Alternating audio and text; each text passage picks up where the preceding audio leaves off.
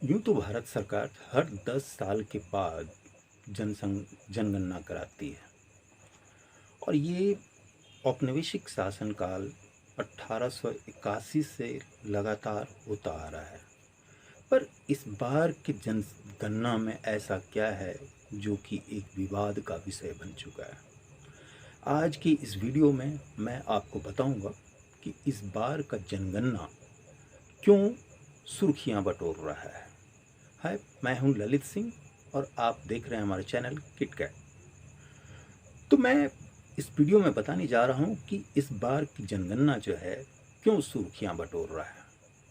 सुर्खियां बटोरने के पीछे जो कारण है वो है, कुछ दिन पहले ही बिहार सरकार ने एक घोषणा की थी कि वह इस बार जो है जातियों और समुदायों का सामाजिक आर्थिक सर्वेक्षण कराएगी, यानी कि जातीय जनगणना कराएगी। और ये घोषणा आने के बाद ही राजनीतिक हलकों में और मीडिया के विभिन्न वर्गों में जो है इस पे चर्चा शुरू हो गया। कुछ पक्ष विरोध में आ गए और कुछ इसके समर्थन में खड़े हो गए। आज की इस वीडियो में मैं आपको बताऊंगा कि जनगणना और आर्थिक सामाजिक सर्वेक्षण क्या है, जिसे जातीय जनगणना भी कहा जा रहा है। तो सबसे पहले समझते हैं कि जनगणना है क्या। जनगणना का जो इतिहास है भारत में, वो सबसे पहले 1881 में स्टार्ट हुआ था। औपनिवेशिक शासनकाल में ब्रिटिश सरकार ने भारत में पहली बार जनगणना कराया था। इस जनगणना का मुख्य उद्देश्य जो होता है वो होता है कि सरकार जो है अपने आर्थिक नीतियाँ, सामाजिक नीतियाँ और शैक्षणिक नीतियों को बनाने के लिए जो है अपने यहाँ के निवासियों की जो है मूल आर्थिक स्थिति, शैक्षणिक स्थिति, सामाजिक स्थिति की जानकारी हासिल करना चाहती है। और ये जानकारी सरकार को जनगणना के द्वारा प्राप्त होता है। और इसीलिए हर 10 साल के बाद भारत सरकार जो है देश में जनगणना कराती है, जिसके आधार पर सरकारी नीतियाँ जैसे शिक्षा नीति, सामाजिक जो है उत्थान की नीति, विकास की नीतियाँ, इस तरह के तमाम जो नीतियाँ होती है समाज के आर्थिक विकास के लिए, शैक्षणिक विकास के लिए, स्वास्थ्य संबंधी सेवाओं के लिए, वो इस जनगणना के आधार पर तैयार किया जाता है। ये होता है जनगणना का मुख्य उद्देश्य। लेकिन दूसरी जो है जनगणना जिसकी बात जो है इस वक्त उठ रही है, वो है सामाजिक आर्थिक सर्वेक्षण, या फिर उसे जातीय जनगणना भी कह सकते हैं। उसे इंग्लिश में शॉर्ट में SECC शॉर्ट फॉर्म में कहा जाता है, यानी कि सोशल इकोनॉमिकल कास्ट आधारित जनगणना। इसमें क्या होता है, सबसे पहले तो आप ये जानिए कि ये इस तरह का जनगणना कभी भारत में हुआ भी है या नहीं। भारत में सबसे पहले 1931 में जाति आधारित जनगणना हुई थी और उसके बाद जो है सन 2011 में भी जो है भारत में जो है सामाजिक आर्थिक स्थिति को जानने के लिए जातीय जनगणना किया गया था। लेकिन इसका जो है डाटा जो है गोपनीय रखा गया था, जिसे जो है सार्वजनिक नहीं किया गया। सिर्फ उसे सरकारी कार्यों के उद्देश्य से ही इस्तेमाल किया गया। उसके कुछ चुनिंदा भागों को जो है ही जो है सार्वजनिक किया गया। ये जो जनगणना होता है, जिसे कि सामाजिक आर्थिक सर्वेक्षण कहा जाता है, इसका उद्देश्य सिर्फ इतना होता है कि शहरी क्षेत्र में या ग्रामीण क्षेत्र में जो प्रत्येक भारतीय परिवार हैं, उनकी जो है निम्न बातों का पता सरकार लगाना चाहती है, जिसके लिए जो है वो जातीय जनगणना कराती है। वो क्या है जिसका पता लगाने के लिए सरकार इस तरह की जनगणना कराती है? वो है पहला, आर्थिक स्थिति, यानी कि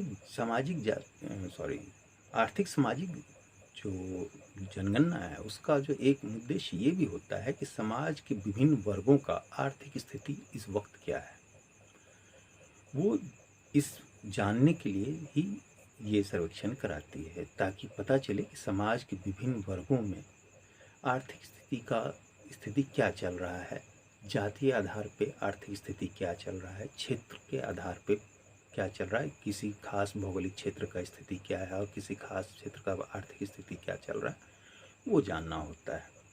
दूसरा उद्देश्य होता है जातिवार जो है जानकारी हासिल करना कि क्या किसी पर्टिकुलर जाति में जो है, किसी खास जाति में जो है आर्थिक पिछड़ापन ज़्यादा है, सामाजिक पिछड़ापन ज़्यादा है, या किसी खास जाति या वर्ग में जो है आर्थिक रूप से इतनी संपन्नता आ गई है, शैक्षणिक संपन्नता आ गई है, ताकि उसे जो है कुछ सामाजिक जो है जो योजनाएं हैं या सुविधाएं हैं उनसे उसको बाहर किया जा सके, ताकि निम्न वर्ग के जो हैं, आर्थिक रूप से पिछड़े हैं, सामाजिक रूप से पिछड़े हैं, शैक्षणिक रूप से पिछड़े हैं, उनको ये सुविधा दिया जा सके।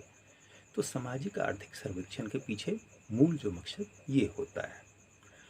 अब ये तो मोटा मोटा जो अंतर था दोनों के बीच में वो मैंने आपको बता दिया, लेकिन मुख्य अंतर दोनों के अंदर है क्या? जनगणना और सामाजिक आर्थिक सर्वेक्षण या कहिए जातीय जनगणना के बीच में अंतर क्या है? वो तो अंतर जो है वो है कि जातीय जनगणना के द्वारा जो है संपूर्ण आबादी का जो सर्वेक्षण होता है इसमें भी, लेकिन इसका उद्देश्य जो होता है कि सरकार द्वारा जो योजनाएं चलाई जाती है सामाजिक आर्थिक सहायता का, उससे जो है आर्थिक रूप से संपन्न वर्ग को बाहर करना और पिछड़े वर्गों को उसमें और ज़्यादा प्रतिनिधित्व देना। चूँकि जनगणना वर्ष 1948 से के अधिनियम के अंतर्गत होता है, चूँकि भारत में जो हर 10 साल पे जनगणना होता है वो भारतीय जनगणना अधिनियम 1948 के अधीन होता है, और इसका प्रावधान है कि जनगणना में जो आंकड़े उपलब्ध होते हैं उसे गोपनीय रखा जाता है और इसे सार्वजनिक नहीं किया जा सकता है। इसका उपयोग सिर्फ सरकारी नीति निर्माताओं के द्वारा ही किया जा सकता है। दूसरी तरफ सामाजिक आर्थिक सर्वेक्षण जो है ये 1948 के जनगणना अधिनियम के अंतर्गत नहीं आता है। ये सारी चीज़ें, इसकी सारी जानकारियाँ जो है सार्वजनिक होती है और इसे सरकार जो है विभिन्न प्रकार के जो है अपने जो है योजनाओं के क्रियान्वयन के लिए सामाजिक आर्थिक स्तर पे इसका इस्तेमाल कर सकती है, और इसमें कुछ भी जो है छुपा हुआ या ढका हुआ या गोपनीय नहीं होता, या फिर ये जो 1948 के जो है जनगणना अधिनियम के अंतर्गत भी जो है इस पर कोई गोपनीयता कानून नहीं लागू होता है। तो ये तो था दोनों के बीच का जो है लीगल जो डिफरेंस जो है। उसके बाद जो है नेक्स्ट जो बात आता है इस तमाम मुद्दे में कि सामाजिक आर्थिक सर्वेक्षण का इतना विरोध क्यों हो रहा है। तो इसके विरोध के पीछे जो है जो सबसे पहला विरोध हो रहा है वो सरकार के द्वारा हो रहा है और कुछ राजनीतिक दलों के द्वारा हो रहा है। अब इस विरोध के पीछे कारण क्या है? जो मोटा मोटी कारण जो बताया जाता है वो ये है कि जातिगत जनगणना से जो आंकड़े उपलब्ध होंगे उस जानकारी का जो है जो आंकड़ा है उसमें अगर कहीं कुछ ऊपर नीचे हो गया तो राजनीतिक उथल पुथल होने की संभावना है। वो संभावना क्या है कि इस वक्त जो है ओबीसी की आबादी जो है 52% है, इस वक्त ओबीसी की आबादी 52% से घट कर करके 40% हो जाता है मान लीजिए। तो उस स्थिति में क्या हो, उस स्थिति में होगा क्या कि ओबीसी वर्ग के जो नेता लोग हैं वो एकजुट हो जाएंगे और कहेंगे कि ये जो है आंकड़ा जनगणना का गलत है।